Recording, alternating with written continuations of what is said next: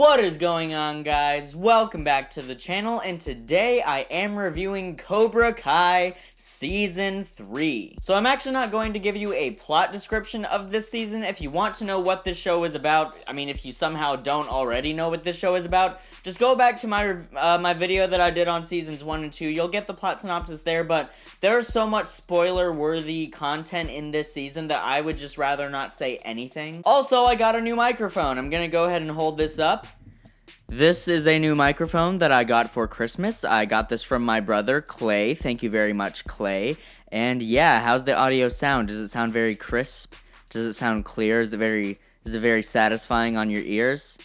I'm gonna go ahead and put this down now. Let's get into the video. So Cobra Kai Season 3 picks up a couple weeks after the end of the second season, which, look, I'm sorry, but if you haven't seen the second season of Cobra Kai, I'm about to spoil some stuff for that season because I can't really review this season without having that out there. Essentially, at the end of Season 2, John Crease, who came back in Season 2, he was the original sensei of Cobra Kai in the original Karate Kid film. He came back in Season 2, and at the end of Season 2, he stole Cobra Kai from Johnny, and Johnny was just broken. That school fight at the end of Season 2, that big finale episode, when Robbie kicked Miguel off the railing, Miguel was paralyzed, put in the hospital. Johnny was just, torn apart at the end of the second season. John Kreese took Cobra Kai, and the one kid who was becoming sort of a son to him may never walk again.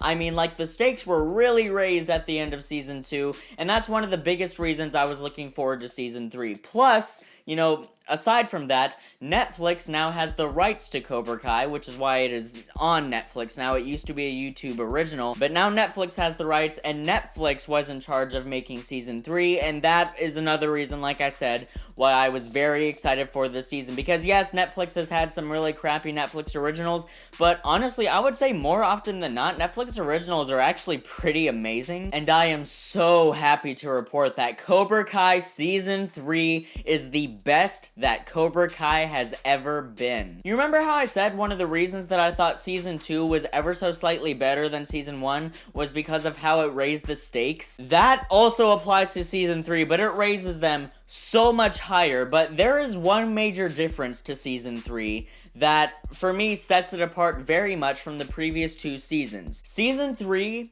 it knows better, I feel, when to take itself seriously and when to not. And maybe when to do both at the same time. Because let's face it, Cobra Kai, it has some fairly ridiculous situations in there. Like I said, the Season 2 finale, that school fight, it lasted for 15 minutes, just a 15-minute one-take brawl throughout the entire school. When you actually start to think about that, all the kids doing karate, that is ridiculous, but it was handled so well, and I wanted that. I wanted the 80s cheese. I wanted it. I wanted it so badly, and it really delivered, and that's why I love that so much. And that's especially why I believe that Season 3 of Cobra Kai is the best season that this show has had so far. Now, on the topic of it taking itself a little more seriously, it really lets the weight of the finale of Season 2, that finale is just blanketing every single thing that happens in this next season, because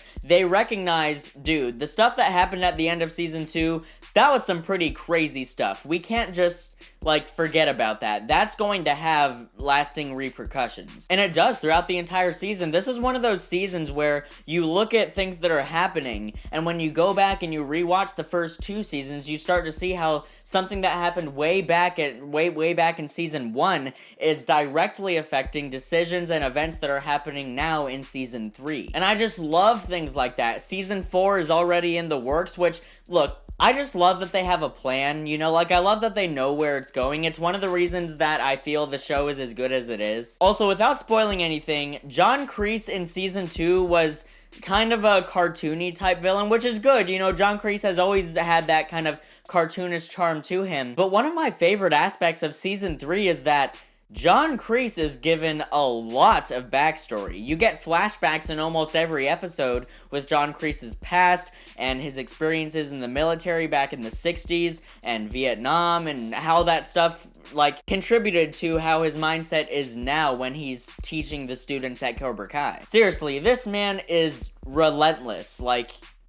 He's crazy. Also, the performances in this show since season 1 have been amazing, but I believe that season 3 has given us the best performances from this entire cast that we've had yet. Especially, and I'm very happy to say this, Ralph Macchio is actually phenomenal in this season. There's some characters that come back from Karate Kid Part 2, and he has some moments with particularly one of them, without spoiling anything.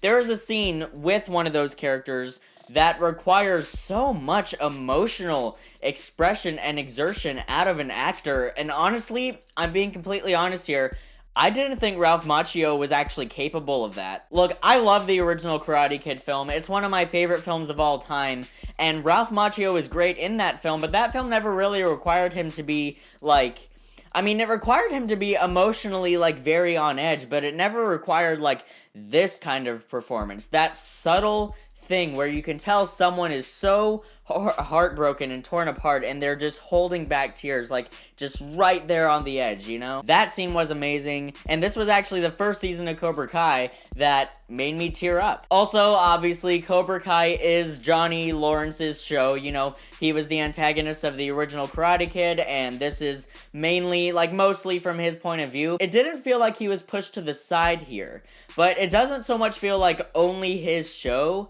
It feels like very much both Daniel and Johnny's show now. And again, and I know I keep on saying this, but there's just so much spoiler-worthy stuff. No spoilers, but I really loved what they did with those two characters because they've been rivals for like the longest time, and I really liked how that arc and that relationship develops and where it eventually ends up at the end of this season. I also like the handling of the teenage drama and angst in this season much more. In the previous 2 seasons, it was fairly cheesy but enjoyable. In this season, yeah, there's a couple cheesy lines that I'm kind of like, it's fine, I'll let it slide, it's Cobra Kai. But for the most part, it's actually, like, pretty realistic. Actually, like, really realistic. I particularly like the stuff that they did with Robbie Keane in this show. A lot of people don't really know how to feel about that character. I've always had this sympathy for him. I'm not sure exactly what it is.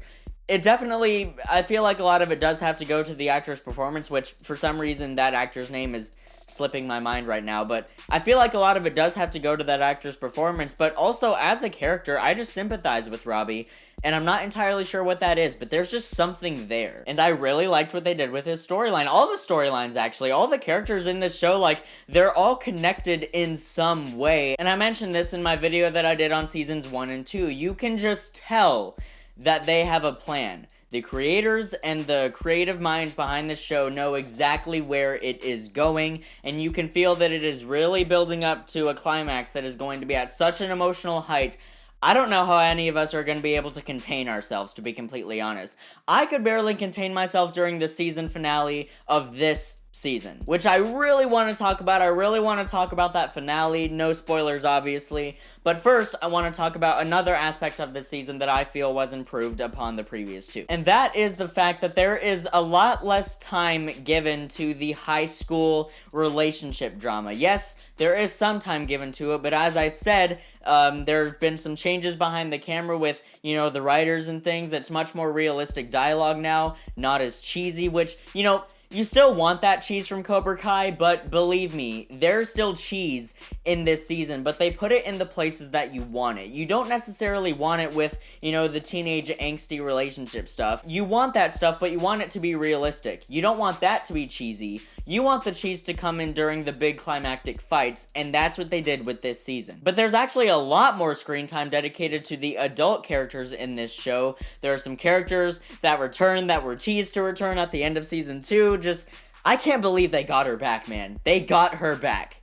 Like, just, yes, like, that just, I really liked that. The stuff with the adult characters in this show is actually handled extremely well, and as I said, they dedicate a lot more screen time to it. It actually feels like a very mature show this season. Like, it feels like the show has matured and it is growing with the characters. Seriously, there were times in the show where I thought I was watching like a legit, like, AMC drama. Like, it was at, like, that level of greatness. I loved what they did with Crease. I loved what they did with Daniel because Daniel hasn't really been the most likable person in the first 2 seasons. It's like you understand him, but you're more on Johnny's side, and it was the exact opposite in the original Karate Kid, as I've said so many times. This season gives Daniel a storyline that I personally didn't expect, but that I ended up really loving. And also, since Netflix has the rights now, there is a much bigger budget, which allowed them to do so many just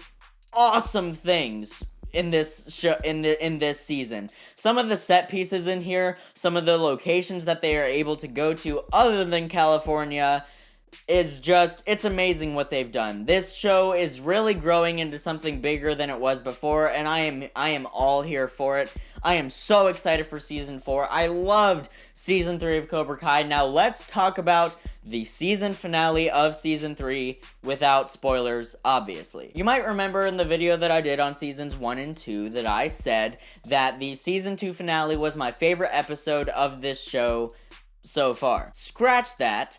Omit that. The season 3 finale is by far now my favorite episode of Cobra Kai so far. This show is very good with finales. Each season, the season finale all centers around one big fight. In the first season, it was the All Valley Tournament. In the second season, it was the big high school brawl. And I'm not going to tell you what it is in this season, but let's just say it is everything that I could ever wish for, hope for, or want from a Cobra Kai finale fight. And also, similar to the season 2 finale, the finale fight in this season, in the season 3 finale, it also lasts a very long time, but it never gets boring, and it is all done in one take, which I just love seeing. And these kids are so talented with this fight choreography. The fact that they can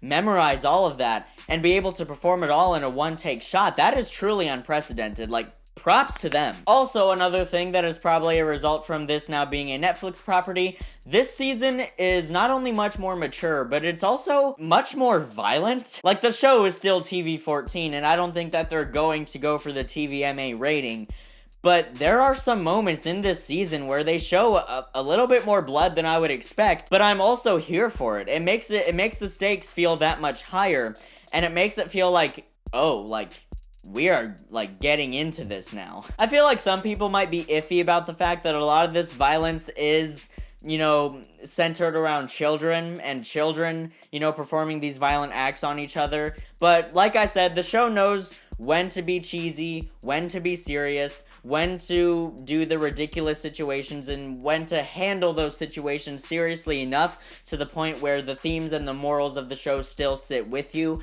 I personally thought it was handled extremely well. Let's grade this thing. I gave the first 2 seasons of Cobra Kai an A, and at the end of that video I said I really hope season 3 or, you know, future seasons get an A+. Well, ladies and gentlemen, we are here. Season 3 of Cobra Kai is the most emotionally impactful season this show has ever had, and the season 3 finale is my favorite episode of the show so far. Season 3 of Cobra Kai gets an A+. Just so much good television out there right now. Seriously, there are so many good shows out there that I actually still gotta review. Alright guys, so what did you think of Cobra Kai Season 3? Whatever you thought, comment below and let me know. I'd love to hear what you thought. Also, what did you think of the first 2 seasons of Cobra Kai, and what do you think of the show as a whole? Also, I can't believe I didn't mention this at the beginning of the video. Did you notice my lights? I have LED lights. I don't know how the camera is picking them up. I don't know if they're showing up well. This was also another Christmas present from my aunt and my 3 cousins. If you guys are watching, thank you guys so much for getting me these. It adds quite a bit of ambiance to this, I feel, which is something that I really needed because my other videos, while I am proud of them to a certain extent, let's be honest, color-wise, they were pretty dull. Thanks so much for watching, guys. It really does mean a lot. I'll see you in the next video, and until then, keep writing, keep shooting, and keep editing.